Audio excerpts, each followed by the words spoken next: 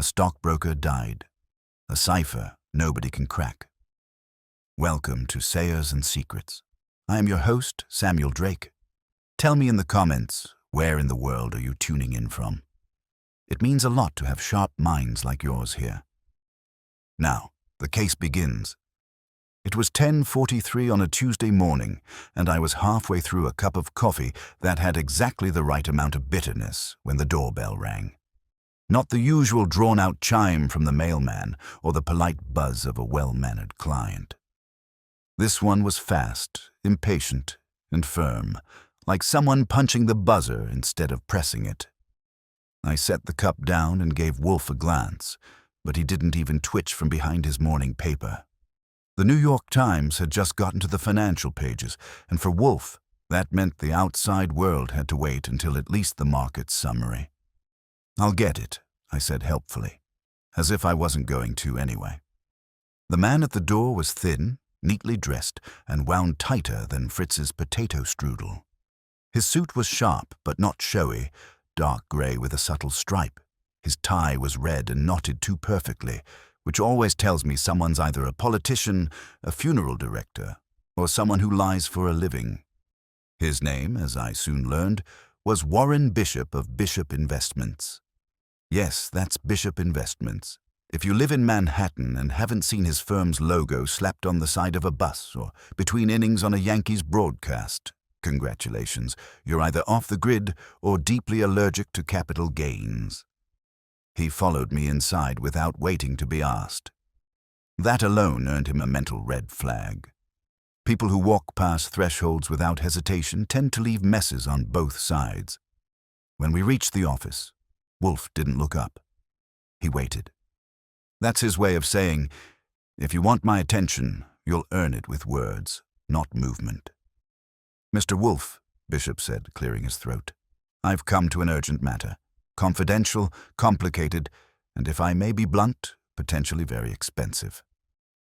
That got a flicker from Wolfe's right eyebrow, which in his world is practically a standing ovation.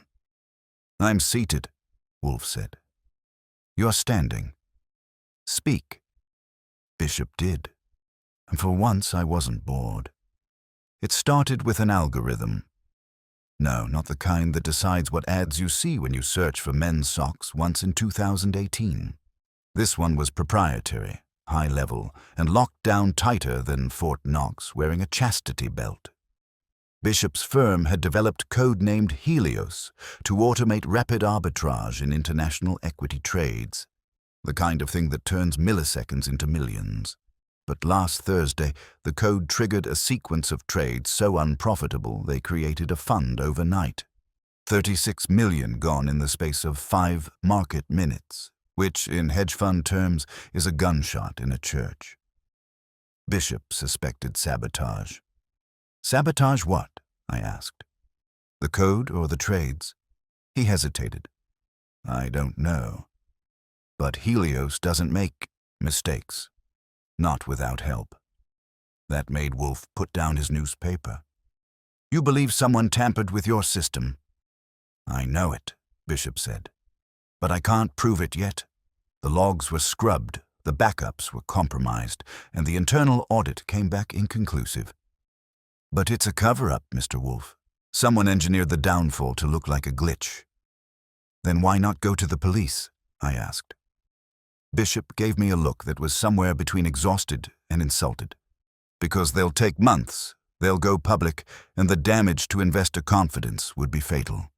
I need discretion. I need someone who can parse motive through layers of decorum. And I need it now." Wolfe leaned back and laced his fingers over his stomach.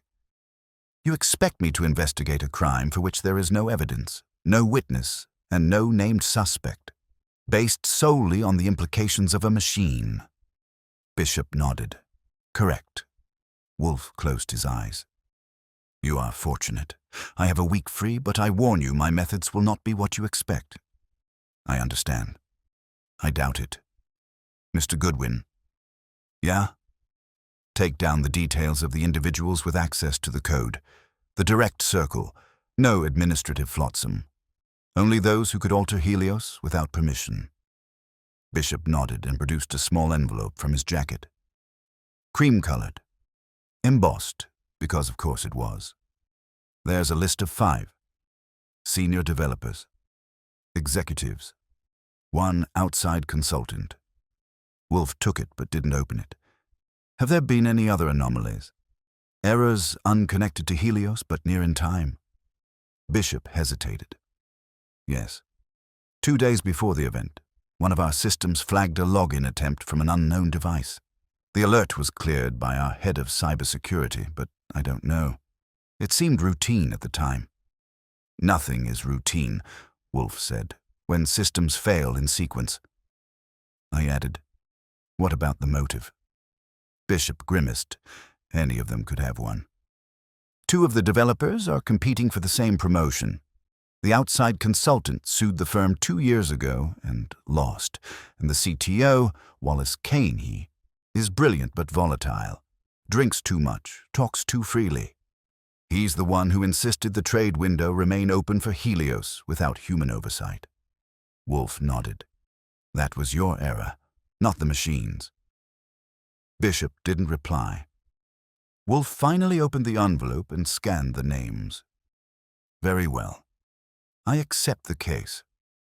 Mr. Goodwin will begin by conducting interviews. You will make these individuals available under pretense of an internal performance audit. I can do that, and you will stay away from them during the next 72 hours. No signals, warnings, or changes in behavior. I understand. Wolfe turned to me. Archie. Yep. Begin with Wallace Kane. His volatility will either disguise or illuminate the truth. I nodded. Bishop stood and offered a handshake Wolfe did not take. Thank you, he said. I do not work for gratitude, Wolfe replied. Only for clarity. As Bishop left, I watched him through the office window until the front door clicked shut. You buy his story? I asked Wolfe. Wolfe sighed and reached for his beer. Number, but I buy his desperation. And just like that, we were in. If you've ever seen Nero Wolfe go from still to slightly less still, you'd know it's not a subtle thing. He doesn't pace, he doesn't tap his fingers or adjust his tie. He simply stops being an observer and starts directing the scene like a conductor with a sour disposition and an ear for off-key motives. And the minute Warren Bishop walked out of the brownstone, Wolfe's attention turned inward onto the names in that envelope like they were chess pieces laid on a slightly crooked board. The first sign that this case was going to upset our usual arrangement came early the next morning when Wolfe asked me to cancel lunch. Cancel lunch? I asked, blinking like he'd asked me to cancel gravity. He didn't even look up from the list of names. There will be no guests, no interruptions, no routine disruptions. The dining room shall remain unused until further notice. That'll go over great with Fritz. It will go over, Wolfe said, because it must. Now, tell Mr. Kane I expect him at 4 o'clock. Kane, the CTO with a flair for melodrama, responded exactly how I'd hoped when I called his office. Tell Wolfe. I don't do interviews, he said. And tell Warren Bishop to stop sending private investigators after me. It's insulting. You should tell him yourself, I replied. He'll be waiting. There was a pause, a long one. Then, fine, 4, but I'm not promising civility. Fair enough, I said. We're fresh out of it ourselves. When 4 rolled around, Kane was 10 minutes early, reeking of scotch and arrogance. He looked like a man trying to dress down an expensive wardrobe, a black turtleneck, a blazer with elbow patches, and a wristwatch that cost more than my car. He entered the office like he owned oxygen, slumped into the red leather chair and crossed his legs like he was auditioning for a magazine shoot. I assume you know who I am, he said. I know who Mr. Bishop says you are, Wolfe replied evenly. I prefer to revise that as needed. Kane laughed a sharp bark with no warmth. Is this going to be a morality play, or are we here to talk code? We are here, Wolfe said, to examine motive and method. Yours first. Kane shrugged. No motive. No method. I didn't sabotage Helios, and I wouldn't even know where to start. It's a black box. Proprietary. Yet you insisted on a fully autonomous trade window, Wolfe said. Unmonitored. Kane's jaw twitched, the first crack in the smug facade. Because that's what it was built for. Trust the machine. That was the pitch. You built it? Number oversaw its implementation. And yes, I approve the no human override policy. But that wasn't a flaw. It was the point. I jotted that down while Wolfe continued. You cleared a login attempt from an unknown device. Standard practice. Our system flags a dozen a week. That one came from inside the Manhattan subnet. Could have been a glitch or a test device. You confirmed it alone. Yes. And you deleted the alert? Kane frowned. That's protocol. We don't archive every anomaly. It would flood our logs. Wolfe folded his hands. You are either negligent or complicit. I haven't decided which. Kane stood abruptly. If this is an interrogation, you should have brought a badge. Wolfe didn't move. I require no badge. Only comprehension. You may go. Kane muttered something about waste and witches as he stormed out. I waited until the door shut. Well, I said, he's charming. His arrogance masks uncertainty, Wolfe said. He's defensive about the deletion. That is significant. So what's next? The developers? Yes. Mr. Kyle Ames. His resume suggests ambition untempered by restraint. Kyle Ames showed up the next morning looking like a coder in a casual Friday hoodie, faded jeans, and nervous sweat. His handshake was clammy, and his eyes darted around the office like he expected a lie detector to drop from the ceiling. I didn't expect this to be so formal, he said, settling into the same chair Kane had slouched in. Wolfe didn't bother acknowledging the stammer. He simply looked at him. You had access to Helios, Wolfe began. Did you make changes to it within the last 2 weeks? Ames shifted. Number, not directly. I haven't pushed code to production since February, but you have access. Well, yes, you were one of the original architects. I worked on the architecture, sure, but mostly interface logic. Kane and Martin handled core volatility prediction. Wolfe tilted his head. Mr. Kane claims to have overseen implementation, not design. Ames paused. That's not quite right. Kane wanted the system finished fast. He left most of the deep logic to Martin. I just made it work in the real world. And your motive? Wolfe asked. I don't have one. Wolfe didn't flinch. You're in competition with another developer for a promotion. Ames looked caught. Okay, yes. With Daphne. But she's way ahead of me on deliverables. I didn't sabotage anything. Wolfe's tone cooled. You realize that Bishop believes this is not a technical failure, but a deliberate one. I do. But it wasn't me. Were you aware of the login anomaly? I saw it flagged in the system. I assumed Kane cleared it legitimately. Wolfe dismissed him with a nod. Ames left, eyes wide and shoulders slumped. That evening I found Wolfe in the dining room, which was empty but for a single beer and a plate Fritz had left untouched. He lied, I said. Ames. Yeah. He was too quick to name Martin, too careful to emphasize Daphne's superiority. Yes, Wolfe agreed. That suggests deflection, but not necessarily guilt. Think he's scared. He is young, Wolfe said, and young men rarely anticipate consequence until it sits across from them in a chair. I smirked. So we're the consequence now? No, Wolfe said, sipping. We're inevitable. He gestured to the envelope. Tomorrow, the consultant. She will be more careful.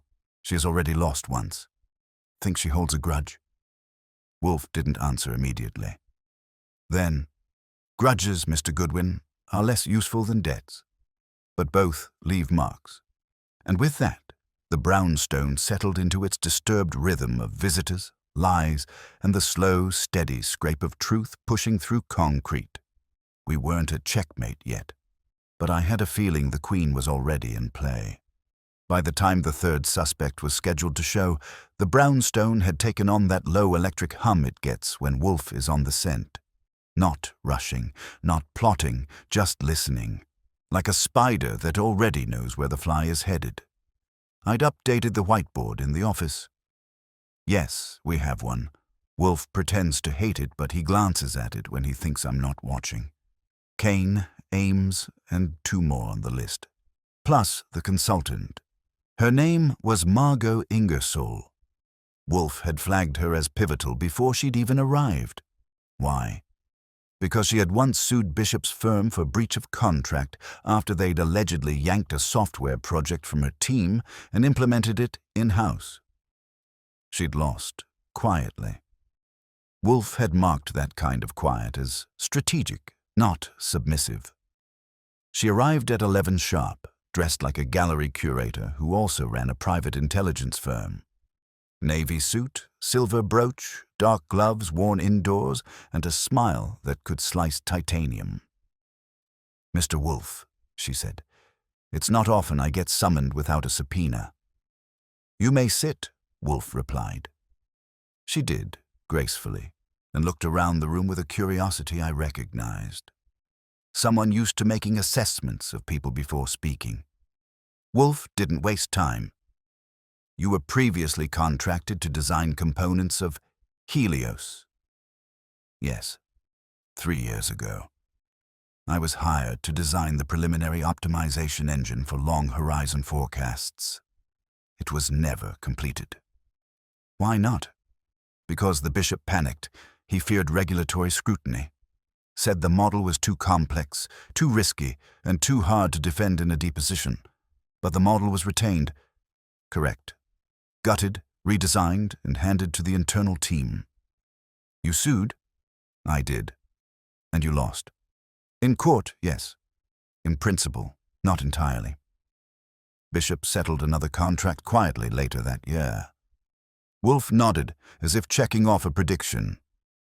"Did you remain in touch with anyone from the internal team?" "Not closely. Kane and I overlap at tech conferences. I occasionally exchange emails with Daphne Lee. She respects my work. And Ames." Margot's face twitched just slightly. "He's eager, bright, not particularly original." "Did you advise on the latest iteration of Helios?" "Number, I wouldn't be hired near it now. That door's sealed." Wolfe shifted slightly. For him, it was a dramatic gesture. Anomalous activity suggests otherwise. Margot leaned forward, curious but cautious. "Suggestions?" "There was a login attempt, flagged within 2 days of the system failure. It was dismissed internally. But it is the origin point of this inquiry. I didn't access their systems. That would be suicide. Even if I could. Could you?" She didn't answer immediately. Her silence was more eloquent than denial. "I could find someone who could," she said at last. "That's not the same thing." "Indeed. But you have motive, means, and sufficient distance to avoid suspicion. A trifecta. I have no interest in revenge, Mr. Wolfe. I'm past that." "Everyone says that," Wolfe said, "until it returns with new teeth." Margot's expression hardened. She stood. "If you're implying I sabotaged their golden goose for spite, then I'll save you time." "I didn't." "No," Wolfe replied. "But if someone else did it in your name, how far would you go to deny it?" Margot didn't answer. She left without another word. After she was gone, Wolfe opened a new bottle of beer and let out a grunt somewhere between disgust and amusement. "She is clever," he said. "Guilty? Number, but be aware." "Of?" "Someone else's plan, perhaps even complicit through omission." I sat down across from him. "You think she knows who did it?" "She suspects," Wolfe said. "But she's not ready to admit it, either because it implicates her or because she still believes it can be managed." I tapped my pencil against the desk. "Next is Daphne Lee." "Yes," Wolfe said, "the most disciplined of the group." and the least obvious. Daphne Lee arrived 20 minutes early, which told me she was either very cautious or very interested. She had the polished, cool look of someone who had learned long ago how to blend perfection with plausible deniability. Crisp blouse, neat hair, sharp eyes. The kind that catalogues everything. She entered the office with grace, but sat without being invited. A power move Wolfe clocked immediately. "I've never been in a private investigator's office before," she said. "This is not an office," Wolfe replied. "It is a room for conversation." "Then let's converse. You are second in command on the Helios team. I'm the lead engineer now." "Since when?" "Since last week." The bishop made it official after the failure. Said it was time for a new direction. "How convenient," Wolfe said. Daphne's eyes narrowed. "Are you accusing me of benefiting from a sabotage I didn't cause?" "No," Wolfe said. "I'm observing that your ascension was timely." "I earned it," she said. "Undoubtedly. Yet Kyle Ames is said to have been in competition." Daphne's jaw tightened. "Kyle is talented, but sloppy. He wouldn't have survived another audit.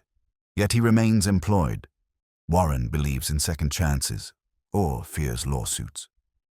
Wolfe let silence settle for a moment before asking, "Did you clear the login anomaly?" "Number Kane did." "Did you flag it to the bishop?" "I considered it. But Kane brushed it off. Said it was a misfire from an old device." "Do you believe that?" Daphne hesitated. "No," she said finally. "But I couldn't prove otherwise." "Then why not report it?" "Because I have to pick my battles. And because I didn't want Kane accusing me of undermining him. Would you sabotage Helios to get Kane out of the way?" "Number, but you wouldn't mind if someone else did." Daphne didn't flinch. "I mind everything that puts the system at risk. But I also know when something broken needs to fall." After she left, Wolfe leaned back and closed his eyes. "We have all four corners," he said. "Kane, Ames, Ingersoll, and Lee." "And Bishop," I added. "Yes," Wolfe said. "He is the board on which they move." "So who do you like?" "I do not like it," Wolfe said. "I deduce?" He tapped a finger on the armrest. "They are all lying, but not about the same thing, and none of them are panicking." "Not yet," Wolfe said. "Then how do we squeeze them?"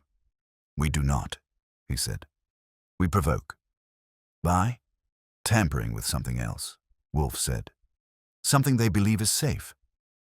I stared at him. "You want someone to trespass?" "Yes," he said. "Won't that, escalate things?" Wolfe looked at me with eyes that had already calculated every variable. "It will reveal what they truly fear," he said. And with that, the circle of suspects was drawn. Now all we had to do was wait for someone to break it.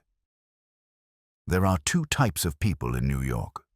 Those who think they know the city and those who know better.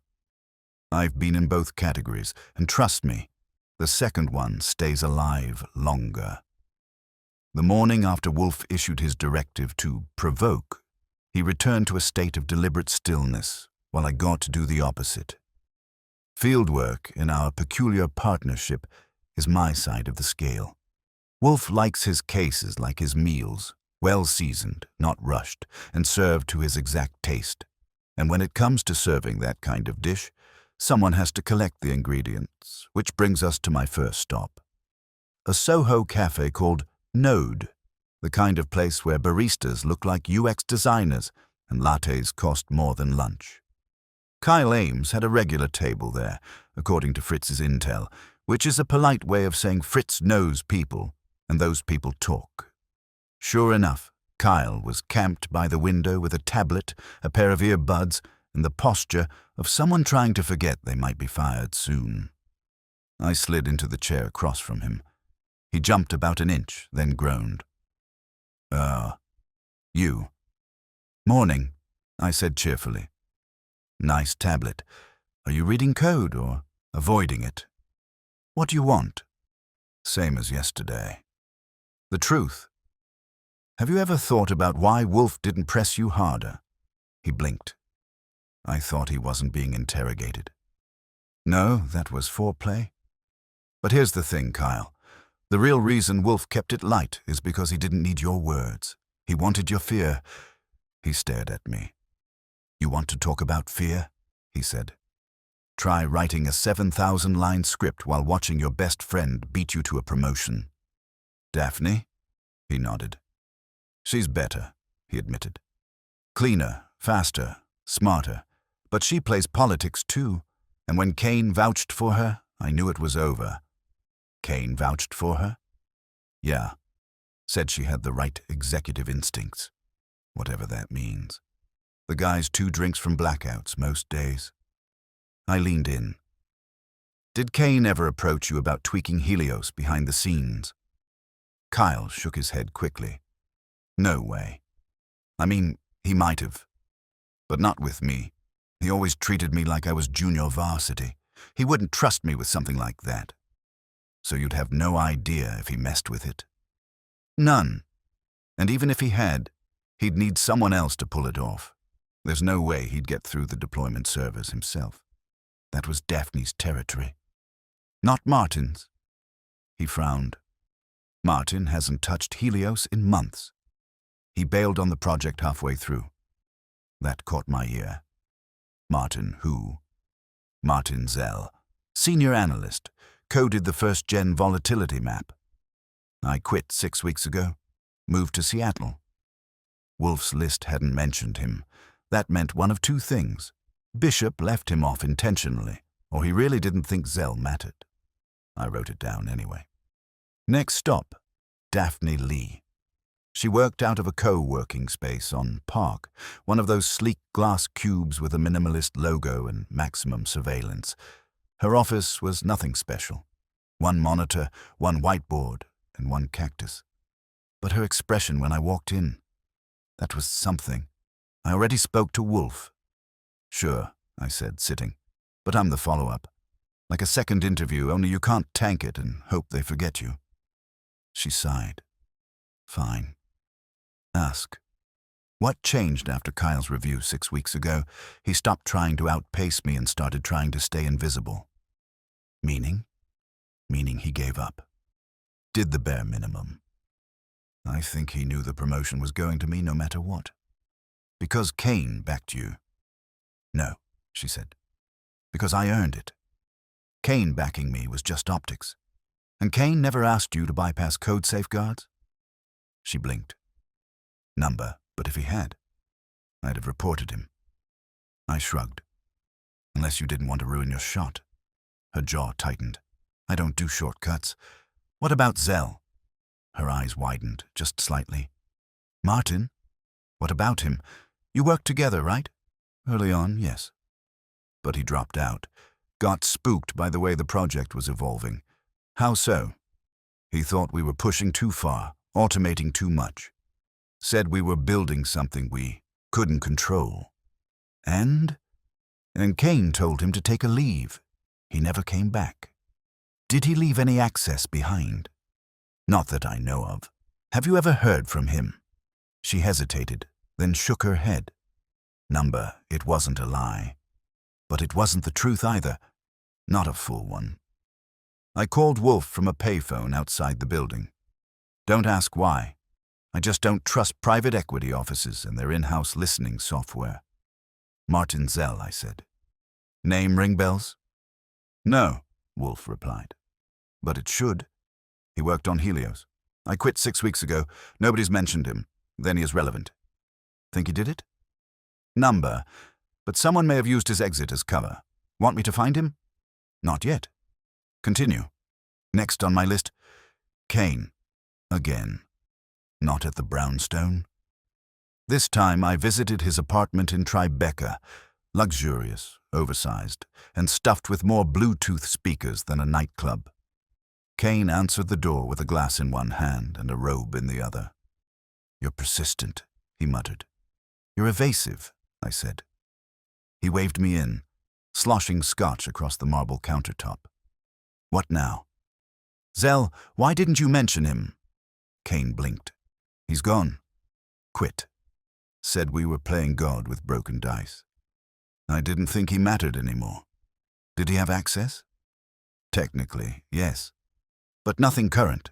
Could someone have used his credentials? Kane shrugged. If they had admin keys, maybe. But Zell's account was deactivated the day he left. By whom? IT? Supervised by whom? Kane hesitated. Me. I stared at him. He didn't blink. Careful, I said. That sounds like a motive disguised as oversight. He smirked. Sounds like you're looking for a villain. I'm not. No, I said.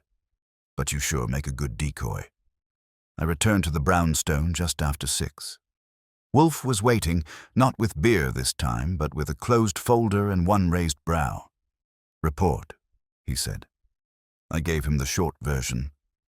Zell's ghost, Daphne's caution, Kane's pride, and Kyle's doubt. And what did you deduce?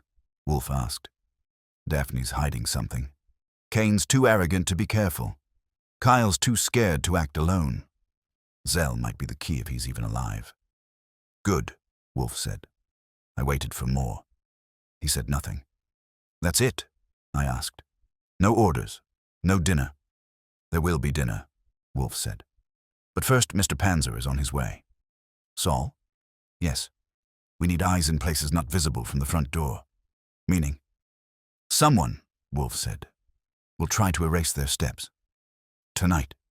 And you're baiting them. Wolfe allowed himself a tiny smile. No, he said. I already have. And with that, my dirty boots, long walks, and sideways glances were done for the day.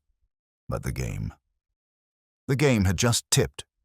It's a curious thing, watching Nero Wolfe conduct a chess match where the pieces think they're the players. Even more curious when the board isn't the office, but the entire brownstone itself, and one corner of cyberspace most people wouldn't dare poke at. By the time Saul Panzer arrived just after dusk, the house had been prepped like a crime scene waiting to happen. Fritz had taken the night off under Wolfe's advice, something that happens about as often as a solar eclipse in winter, and I'd been given the thrilling task of staying out of the way while Saul did what Saul does. Vanish into the architecture. The north window is unlocked, he said quietly, brushing past me with a nod. Front buzzer on low volume. You'll be in the kitchen. No, I said. I'll be pretending to read in the front room while doing my best impersonation of a house plant. Saul allowed a flicker of a smile. Then we're all set. Now, if you've never seen Saul work, picture this. Take a ghost, teach it manners, give it a photographic memory and a fondness for neutral tones, and you've got the idea. He doesn't say, he absorbs, which made him perfect for tonight, because Wolfe wasn't waiting for a break-in with flashlights and gloves. He was waiting for someone to cross an invisible line by intent, not accident. Around 9, Wolfe called me into the office. Miss Ingersoll has sent a message, he said. Fan mail. A correction. He passed me a short email, printed and folded. It read, Upon further reflection, I realize I mischaracterized the final build version of Helios. My contributions were not limited to optimization. I also advised on user delegation modules. My apologies for the oversight. Am I? She's nervous, I said. She's realigning her story in case it's verified by others. You think someone talked? Wolfe nodded slightly. I believe Miss Lee contacted her after your visit. That would explain the edit. Yes. And it confirms something else. They believe the past is returning to frame the present. They are wrong. He leaned back and closed his eyes. It's not the past that matters, Mr. Goodwin. It's what they think others remember. By 10, the brownstone was silent, dim, and as inviting as a tax audit. I stayed on the main floor, pretending to read a back issue of the New Yorker, while really counting the seconds between footsteps outside. Wolfe remained in the office with the lights low, beer unopened, eyes shut in that peculiar state between slumber and calculation. Then, at 11:04, the buzzer clicked so softly I almost missed it. I didn't move. Saul would handle it. 10 minutes passed. Nothing. Then a creak from the second-floor hallway right above the library. Not a heavy footfall, a deliberate shift of weight. I kept still. Another 10 minutes. Another quiet creak. Then nothing. At 11:41, Saul returned. 2 things, he said in a whisper. Someone entered through the unlocked north window. Woman, slim build, gloves, no light. Went straight to the library, spent 5 minutes at the locked drawer, didn't open it. What did she do? Left something inside, or tried to. Could you see her? No face, hoodie up, hair dark. But she moved like she'd been here before. I frowned. Marla Kent? Number 2, tall. Daphne? Could be. Wolfe hadn't moved. He was still in his chair, eyes closed, listening like a man listening to Mozart play in Morse code. She attempted concealment, he murmured. Not theft. Which means she feared being seen removing something, not leaving it. Any guess what she planted? I don't need to guess, he said, finally opening his eyes. We'll retrieve it. We waited until dawn. At Wolfe's instruction, we didn't touch the drawer until sunlight reached the rug in front of the fireplace. Some aesthetic rule he insists on when tampering with his own sanctum. When I opened it, I found what he expected. A flash drive, unmarked, resting beneath a copy of Plutarch's Lives. Wolfe didn't flinch. He simply motioned for me to hand it over. Observe protocol, he said. Isolate it. Do not connect it to anything in use. I'd already retrieved the air-gapped laptop from the safe. Plug, scan, wait, 1 folder. Labeled Juno Archive. Inside. Not code, not logs/emails. Between Martin Zell and Margot Ingersoll.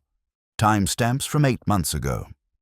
Zell, they've neutered the original volatility logic. If Helios trades autonomously now, it'll miss every corrective signal. They don't care. Ingersoll, it's by design. They're betting the system will create enough artificial gain to front-load returns and sell high. The risks aren't their problem. Zell, that's fraud. Ingersoll, it's strategic optimism, and if you say anything, you're out. Zell, then I'm out. There were more. Angry threads, final warnings, and one dated the day Zell resigned. You were right. They're triggering trades using a shadow model. I saw Kane testing it. I'm forwarding logs. If this goes public, they'll hang you too. Be careful. Wolfe sat back and folded his hands. They wanted us to find this. Sure, I said. But why now? To redirect attention, he replied. These are old wounds, made to look new. You think they're fake? Number they're authentic, but they're bait. 4, either to incriminate Ingersoll or to absolve her by preemptive confession. I stared at the screen. She left this here to either prove she knew or prove she didn't. Exactly, Wolfe said. But the timing is suspect, which means she fears another move is coming. At noon, I made the rounds. Kane? Out of office. Ames? Not answering calls. Daphne? In a meeting. Margot? Nowhere to be found. I came back empty-handed. Wolfe didn't mind. We wait, he said. They're reacting now. That is the beginning of collapse.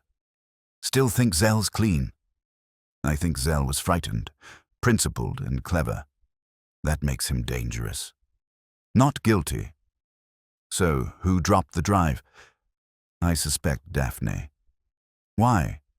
Because she is the only one with enough access, enough motive, and enough certainty to believe she could leave it without being seen, and enough strategy to throw Ingersoll under the bus if it came to it. Precisely. By late afternoon, Fritz was back, dinner was prepared, and Wolfe, having dissected every implication of the drive's contents, finally looked pleased with himself, which is to say, slightly less annoyed with the universe. The brownstone returned to its rhythm, but the atmosphere was denser, like something had shifted in the walls. The trespass had occurred. Subtle, but enough to tip the game. Now we just had to wait for the other shoe to tap. There's something almost poetic about a calm day before the world tilts. You get clear skies, a good lunch, maybe even the faint hope that life's gone back to normal. Of course, in the brownstone, calm means Wolfe is 5 moves into a checkmate you haven't noticed yet. The morning after the library drop, Saul Panzer returned to deliver his full report, wearing that poker-faced look of his that tells you he's learned something important and plans to reveal it without fanfare. Someone else was watching the house, he said. Wolfe, seated beneath the globe in his office, narrowed his eyes without blinking. Go on, 2 blocks south. Black Audi, tinted windows, same car parked there for 3 nights. Same time, 10 p.m. to 2 a.m. No movement, no plates visible. Left just before dawn each time. Professional? Saul nodded. Or pretending to be, but too regular for coincidence. Wolfe glanced at me. You've annoyed someone. I will try, I said. Continue, Wolfe said to Saul. Last night, after the subject entered the brownstone, I looped around to check on the Audi. The car was empty, warm, engine timed to idle in short bursts. Surveillance-grade tech on the dash. Was it moved after the event? No, Saul said. But it's 30 minutes after your subject. That got Wolfe's attention. A tail? Not sure. But someone was documenting what we were documenting. Wolfe took a breath through his nose like he was sipping it. Who? Saul shrugged. I'd guess a private contractor, not corporate, too careful. Someone freelance, someone who wants a record but no confrontation. Ingersoll, I offered. Possibly, Wolfe said. Or someone working for the bishop. He may have initiated containment. I raised a brow. You think the great Warren Bishop hired a second pair of eyes behind our backs? I think, Wolfe said slowly, he's trying to find out what we know before we finish knowing it. Then we fed him something, I said. Leak a story. No, Wolfe said. That would create noise. We require clarity. Instead, we escalate. At Wolfe's direction, I sent 2 emails. One to Daphne Lee, asking for a follow-up meeting under the pretext of verifying technical details in Zell's messages. The second went to Margot Ingersoll, inviting her to return with clarification. Both replied within the hour. Daphne's message was short. Of course. Just tell me when. Margot's was shorter, if necessary. What changed? That told Wolfe exactly what he needed to know. Miss Ingersoll, he said, believes she's winning. Miss Lee fears she is not. And Kane, he waits. The foolish man. Later that afternoon, I made a trip to Kane's apartment. He wasn't home, but his doorman recognized me and volunteered the fact that Kane had been absent all night, which didn't match his assistant's claim that he'd returned home before midnight. Alone? I asked. The doorman hesitated. Number A woman entered with him. Can you describe her? Mid-30s, sharp jacket, dark hair, moved like a lawyer. Margot. The threads were twisting now, and Wolfe had started to tug. Back at the brownstone, Wolfe had me assemble a timeline on the chalkboard. Not a classic who did what, but a who knew what, when. Zell's resignation, Ingersoll's settlement, the silent escalation of Helios's automation, and finally, the system failure. And then, one more entry Wolfe had me add, written in his slow, tidy hand. Unseen monitor begins surveillance. 3 nights ago. He stared at the board like a general scanning battlefield lines. Mr. Goodwin, he said, it's time we call Mr. Bishop. Are you sure? Yes, he is overdue for a reckoning. Warren Bishop arrived after dinner, which he claimed was a coincidence. He wore a linen blazer that probably cost more than my rent and brought with him an odor of barely concealed stress. Wolfe, having been rolled into position like a stone Buddha, waited with beer at his elbow. "Mr. Bishop," he said, "you're late." I was told this wasn't urgent. "It is," Wolfe replied. "You are being watched." That dropped the temperature a few degrees. "By whom?" "A contractor," Wolfe said. "Possibly hired by someone in your own company. Possibly by you." Bishop's mouth went dry. "I haven't." "Spare me," Wolfe cut in. "You hired us to investigate a failure. Instead, you have spied on your investigators. That is not a rebuttal of sabotage. It is a rehearsal for a scandal." Bishop opened his mouth. I closed it. Then, "I didn't hire anyone, but I wouldn't be surprised if someone else did. The board's nervous, and the board," Wolfe said, "would sacrifice anyone to keep the stock from falling, even you." Bishop sat down heavily. "I can't lose this company." "No," Wolfe said, "but you already lost control of it. Now tell me who has the technical access to initiate a system rollback without board authorization." Bishop paused. "Daphne. And Kane. That's it. And Zell. Not anymore. His credentials were revoked." "By?" The bishop looked up. "Kane." Wolfe nodded once. "Thank you. That will be all for now." After Bishop left, Wolfe didn't move. He stared at the timeline for a full minute, then spoke without turning. "The surveillance is defensive," he said.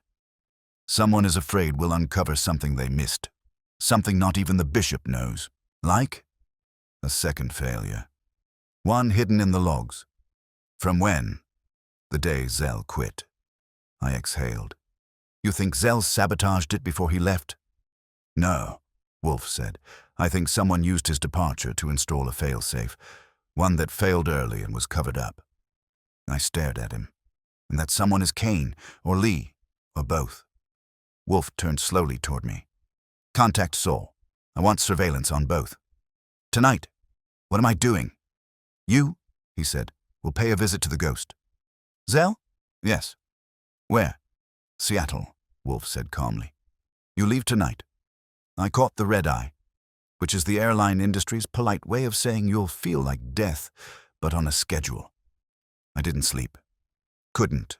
Too many loose ends. Too many people pretending to pull strings who might have already been puppets. But I'll say this for Nero Wolfe. When he sets the stage, the actors always start showing their cards. The trespass had triggered the pressure, and now, with Zell in play and surveillance mirrored on all sides, the fuse wasn't just lit, it was already burning fast.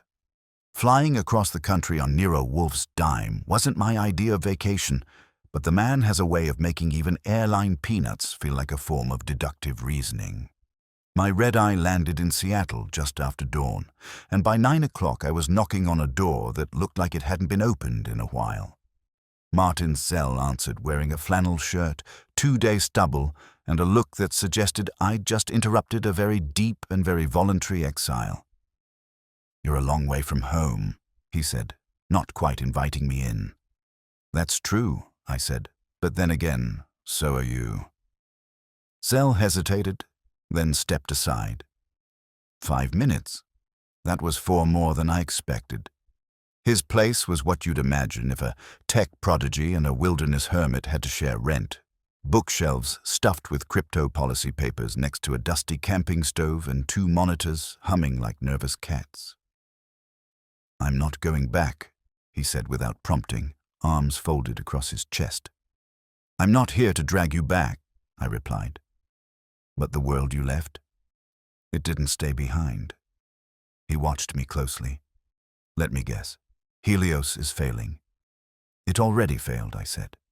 "And now someone's rearranging the debris to make it look like sabotage. From you." His mouth tightened. "I didn't touch anything. Not after I walked out. I made my peace with that decision. Someone didn't.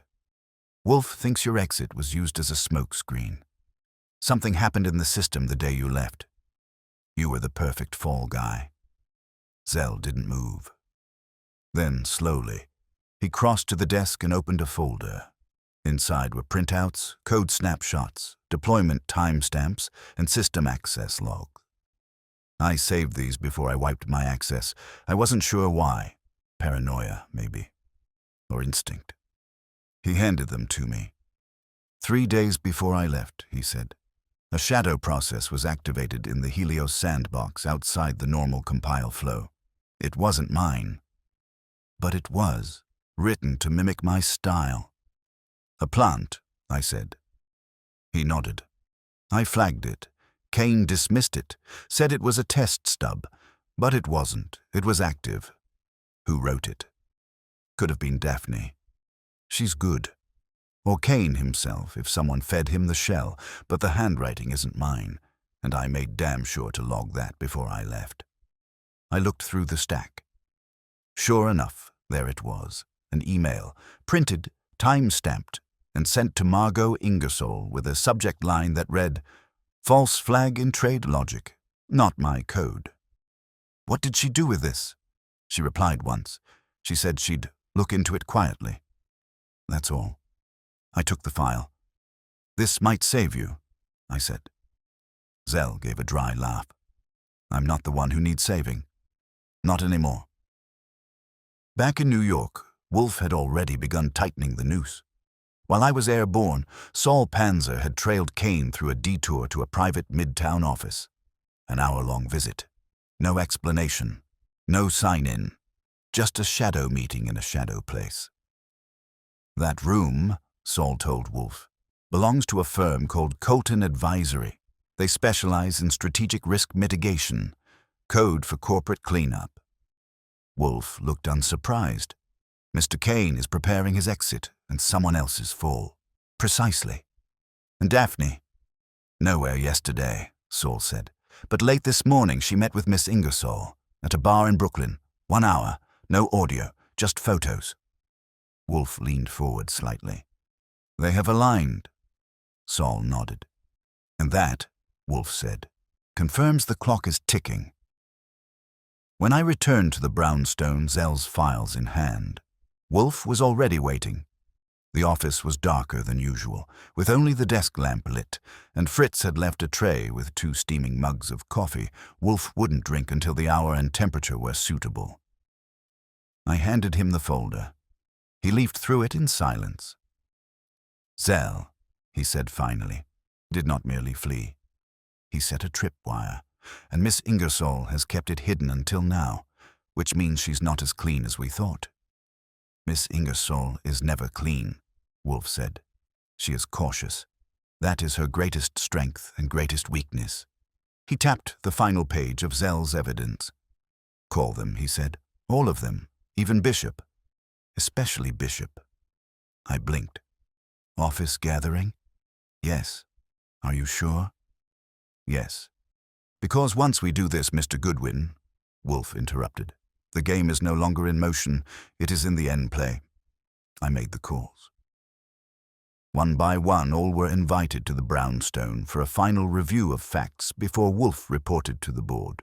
I kept my tone ambiguous, part legal threat, part olive branch. They all agreed, which was its own confirmation. By dusk, Wolfe had retreated into himself, mumbling Latin phrases under his breath and staring out the window as if Central Park were a chessboard and the pigeons were suspects. "You think they'll show?" I asked. "They'll come," he replied. "The guilty always show when they believe they can talk their way out. And the innocent, they come because they think they'll be spared." He looked at me. "Neither will be." That night, the brownstone was prepped like a courtroom. Fritz set a tray of sherry, chairs were arranged in a half-moon, and Wolfe remained planted behind his desk, orchids behind him, logic before him. At precisely 8 p.m., the buzzer rang. Daphne arrived first, nervous, pressed blazer, a notepad clutched tight. Kane followed, confidence, tan, hiding something behind a smirk, then Ingersoll. Cool, precise, scanning everything, always watching. Last was Bishop, haggard, less chairman, more condemned man. Wolfe didn't rise, of course. I took my place by the wall. Saul, out of view, monitored the hall. The stage was set.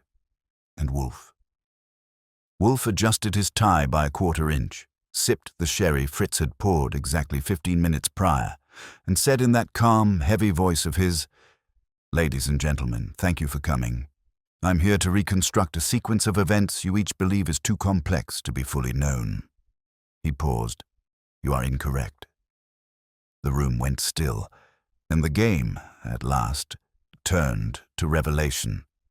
There's a kind of silence that creeps in when people are afraid they're about to hear the truth. It's different from shock, louder than suspense, and when you're in the room with Nero Wolfe preparing to unbox someone's private catastrophe, you learn to recognize it by the way nobody quite breathes. The chairs had been arranged in that semicircle that Wolfe preferred when confronting multiple egos at once. He didn't look at any of them directly, not Kane, not Daphne, not Bishop or Ingersoll. Instead, he studied a single sheet of paper on his desk with the casual focus of a man about to reveal a crime by explaining the difference between two semicolons in a code comment. "Mr. Goodwin," he said without lifting his eyes, "please retrieve the folder Mr. Zell provided." I stepped forward and placed it on the table beside his untouched beer. Wolfe opened it slowly, dramatically, and with the kind of weight that made Margot Ingersoll sit up straighter and Kane's smile shrink half a centimeter. "This," Wolfe began, "contains the final safeguard Mr. Zell attempted to install before his resignation. It also contains the message he sent to you, Miss Ingersoll, flagging what he correctly identified as foreign code embedded under his credentials. A shadow script, unauthorized and inconsistent with the core logic of the Helios model." Ingersoll's lips parted, but Wolfe held up a finger. "Number, you will each have your turn. For now, I will speak." He flipped a page. The embedded logic, which, incidentally, was cleverly designed to mimic Zell's formatting, created a parallel response engine. It was dormant at first, but activated during key trading stress events. What this means, for the uninitiated, is that Helios began executing decisions based on strategically flawed signals. He allowed that to sink in. The result was a system that mimicked aggressive optimization, but was, in truth, baiting volatility, artificial turbulence in short-term trades. Noise, in other words, not data. He turned his gaze to Kane. "Who benefits from this, Mr. Kane?" Kane adjusted his tie. "I don't see the benefit in tanking your own system." "You misunderstand," Wolfe said coolly. "The system did not tank. It spiked temporarily, leading to abnormal gains, which was then used as leverage for an internal stock move." Daphne blinked. "That was never proven," she muttered. Wolfe turned toward her. "Number, it was not, because no one knew what to prove.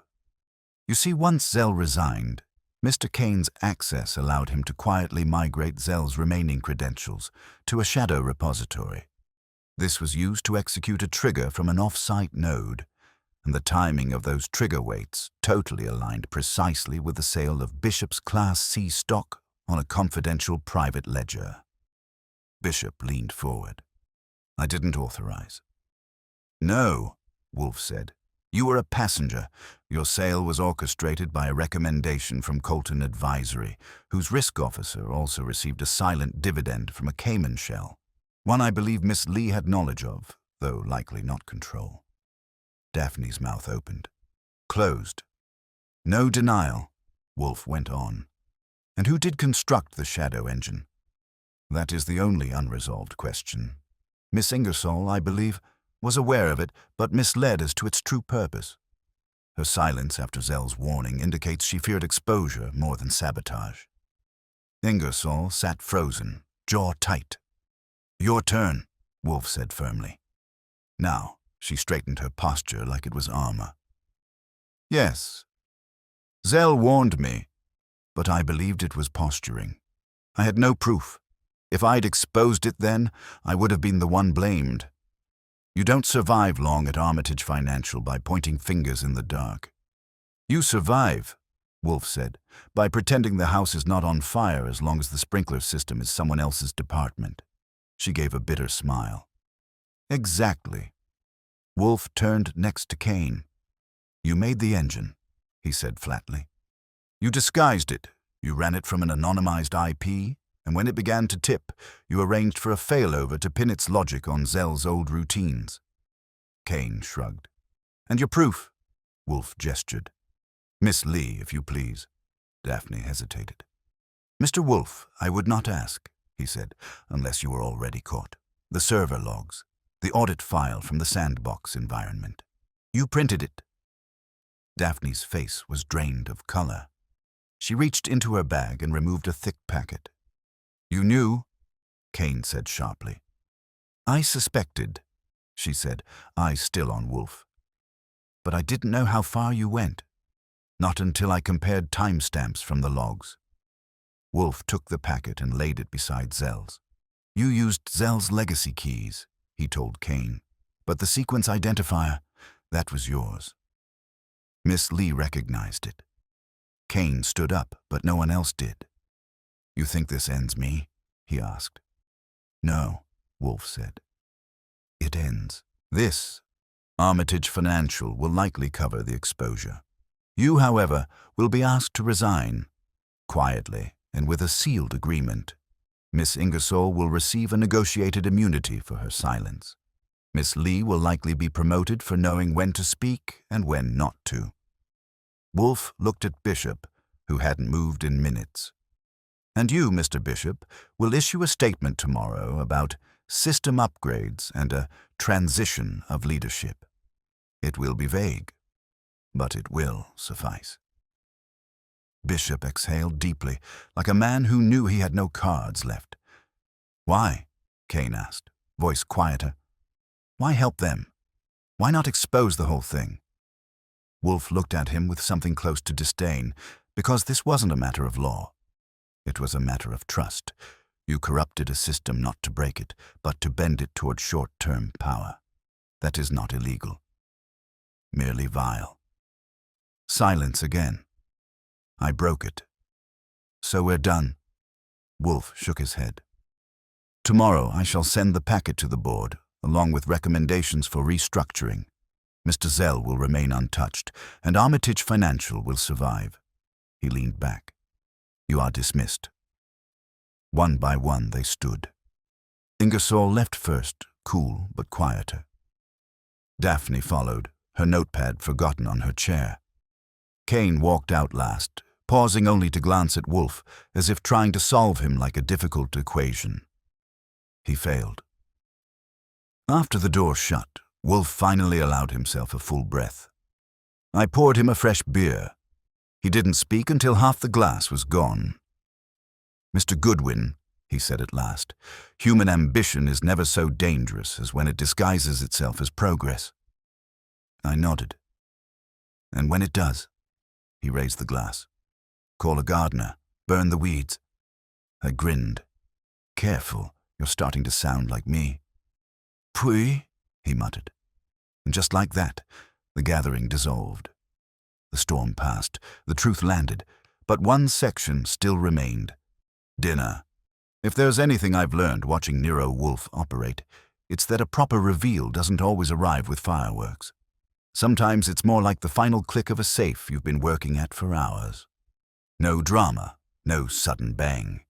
Just the satisfying, irrevocable sound of inevitability. The morning after the gathering, the brownstone was quite dangerously so. Fritz was humming in the kitchen, which meant the menu was complete and stable. Wolfe had already summoned me to the office before I could make it to my second cup of coffee. He was seated at his desk, fingers steepled under his chin like the temple columns of an angry Roman deity. The windows were cracked just enough to let in the smell of early spring. A good day for finishing a case and restoring the natural order of things. Mr. Goodwin, he said without looking up, we must send a final communiqué. To the board? I asked. To Zell, he corrected. He will want to know how his name has been salvaged and whose has not. I nodded, pulled out my notepad, and waited. Wolfe dictated, crisp and composed. Mr. Zell, You are hereby informed that your code exoneration has been verified.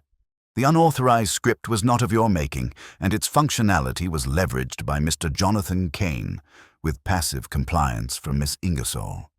Miss Lee has provided supporting documentation that completes the audit trail. Armitage Financial will issue a private apology, but no public statement. I suggest you remain where you are. Your quiet absence has done more to clear your name than any performance in a courtroom. My invoice will follow. Regards, Nero Wolfe. He folded his hands again. Send that as typed, with only my signature. Done, I said. And what about Bishop? He will survive, Wolfe said. That sort always does. Money forgives where logic cannot. I had to give Wolfe credit. He hadn't just cracked the case. He'd realigned an entire corporate balance sheet without ever leaving his chair. Is that it? I asked. No, he replied. We must speak of Miss Lee. That caught my interest. She flipped, gave us Kane's signature. Played clean. She did, Wolfe said, but not out of altruism. She held that data in reserve. She waited until the balance tipped. I shrugged. That's called being smart. It is called, Wolfe said sharply, being calculating. I didn't argue. He was right. Daphne had walked a tightrope, choosing to stay just on the legal side of betrayal, letting Kane run just far enough to make her cooperation valuable. Will she be promoted? I asked. Almost certainly, Wolfe said, but only for as long as Armitage values discretion. After that, she will be replaced by someone younger, someone hungrier. That is the cost of surviving a scandal. He didn't say it with pity, just a fact. By noon, the board at Armitage had issued their internal statement. Kane had resigned to pursue independent ventures. Ingersoll was transitioning to a consulting role. And Bishop, true to Wolfe's prediction, gave an interview about systemic learning with the sincerity of a man who'd watched his fortune survive by a hair. The best part? Not a word of it mentioned Zell. He called that afternoon, voice gravelly and distant. You pulled it off. You helped, I said. I just left the fuse. You lit it. Wolfe lit it, I corrected. I just fetched the matches. There was a pause. Then, thank him for me. I told Wolfe later. He just grunted and returned to his orchid misting. There was one more visit that day. Daphne Lee. She arrived unannounced, which usually earns you a cold stare or a locked door. But Wolfe let her in, likely because he knew exactly why she'd come. She stood in the office with an expression halfway between grateful and defiant. I'm not here to thank you, she said. Good, Wolfe said, because I wouldn't accept it. I stayed standing, arms folded, ready to step in if she pulled out another envelope. But there was no paper, no USB stick, and no evidence left to trade. I want to know, she said slowly, what happens to people like me? Ones who don't break the rules, but bend them. Who does the right thing, but late? Wolfe regarded her for a long moment. You wait, he said. And you watch. For what? For the next fall? It will come. And when it does, they will ask if you can be trusted again. And if I can't, then you are forgotten. It wasn't cruel, just honest. She nodded once and left, never looking back. Dinner that night was a mild affair. Veal cutlets, braised carrots, and a bottle of Gewürztraminer Wolfe had been saving. Fritz was practically radiant with the restored calm of the house. No more intrusions, no more files on the desk, just the routine of digestion and justified silence. Do you think Kane will land on his feet? I asked, slicing into the veal. He will, Wolfe said without looking up. In a smaller pond, but some men prefer to be large fish in shallow water. Bishop? Still chairman, but weaker. He will spend the next year preventing leaks rather than steering ships. And Ingersoll? Wolfe finally met my eyes. Miss Ingersoll, he said, has learned that silence is not always self-preservation. She will make fewer assumptions next time. That is her redemption. And Daphne, she will thrive, Wolfe said. For a while, until she forgets which line not to cross. I nodded. You're not worried? Wolfe reached for the wine. No, Mr. Goodwin, the game is over. The board is cleared. The pieces are reset. What comes next is not my concern. I raised my glass. To strategy. Wolfe clinked his lightly. To foresight. We ate in quiet satisfaction. Outside, the city spun its endless, irrational wheel, trying hard not to learn from itself. Inside, the brownstone was still, and justice, at least the Wolfe variety, had been served. The thing about Nero Wolfe wrapping a case is that he doesn't celebrate. He doesn't toss confetti, toast with champagne, or take a bow. What he does do is exactly what he did the day before the client walked into his orchids. Consume Fritz's cuisine with monastic reverence and read books thick enough to flatten a lesser man. The brownstone, after the Kane affair, settled into that eerie brand of calm that feels like the aftermath of a storm. Furniture unshaken, walls intact, but something in the air still buzzing, like it hadn't gotten the memo. I spent the morning in the front room, pretending to sort mail, while really thinking about the way Kane had walked out. Head high, but future on fire. There was no reward this time, no check from a grateful widow or cash-stuffed envelope from a sobered-up CEO. Wolfe had taken the case for reasons he hadn't voiced and likely never would. But I'd seen it in the way he leaned into Zell's code, in how he toyed with Ingersoll and outmaneuvered Kane. This wasn't just logic. It was personal. Around 11, Fritz knocked and announced that lunch was prepared. Cold poached salmon with cucumber dill, crusty rye bread, and a bottle of Alsatian Riesling I hadn't seen since New Year's. A meal that meant closure. I joined Wolfe at the table in the dining room, where he had already laid his napkin across his chest and was inspecting the trout-colored flesh with appropriate gravitas. "You've been unusually silent this morning," I said, buttering my bread. "I'm enjoying the return of silence," he said. "Do not mistake that for absence." "Fair," I said. "You're not bored." "Boredom is not a symptom I allow. It is a lapse of discipline." I let that hang a second. "You didn't take this case because of Zell," I said. "Or Kane, or even the financial implications." "No," Wolfe agreed, without raising his eyes from his plate. "You took it because they walked into your world pretending to be clever." He dabbed his mouth delicately. "Worse," he said. "They presumed that cleverness was a replacement for integrity, an error that must always be corrected, even if the correction goes unpaid." He lifted his glass and gave me a small nod.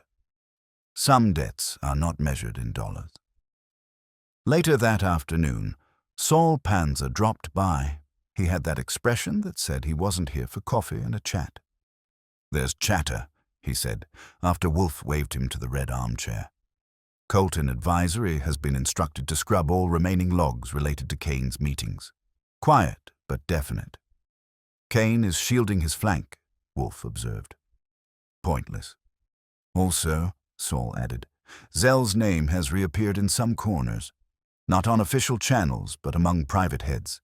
Some think he might be poachable again." I glanced at Wolfe. "Do you think he'll come back?" "No," Wolfe said. "Zell has tasted freedom. He will not return to the arena he helped dismantle." Saul smirked. "Still," I said, "you don't retire a brain like that." "No," Wolfe said again. "But you learn to live without the illusion of purity." That sounded like something worth embroidering on a throw pillow if we did that sort of thing. Around 3 o'clock, I received a note. Hand delivered. No sender, no return address, just my name on the front and a thick card inside. It read, "To those who walk the edge but never fall, thank you." DL no signature, but I knew the handwriting. Daphne Lee's. Sharp, angled, and precise. Wolfe read it, grunted, and handed it back. "She will do well," he said. For a time. And after, she will do what she must do. It's always the little things that get restored last. The hallway rug Fritz had rolled up during the gathering. The guest chair Wolfe had shifted a full inch left to trap Bishop's pacing. The brass clock I dusted twice that week still ticked a half-beat slow. By evening, everything was back where it belonged. The office, untouched. The kitchen, aromatic. The orchids were misted. Wolfe sat at his desk, not reading, not speaking, just existing like a monument to stubborn precision. "Do you miss it?" I asked from the doorway. "Miss what?" "The game, the pressure, the web of lies." He turned slightly toward me. "No," he said, "I do not miss lies. I will dismantle them." I stepped into the room and leaned on the back of the red chair. "And if they come back, they will," he said simply. "Deceit is inexhaustible. But so is the reason." That, I had to admit, was a nice way to put it. That night, just before turning in, I poured myself a bourbon and sat by the window looking down onto West 35th.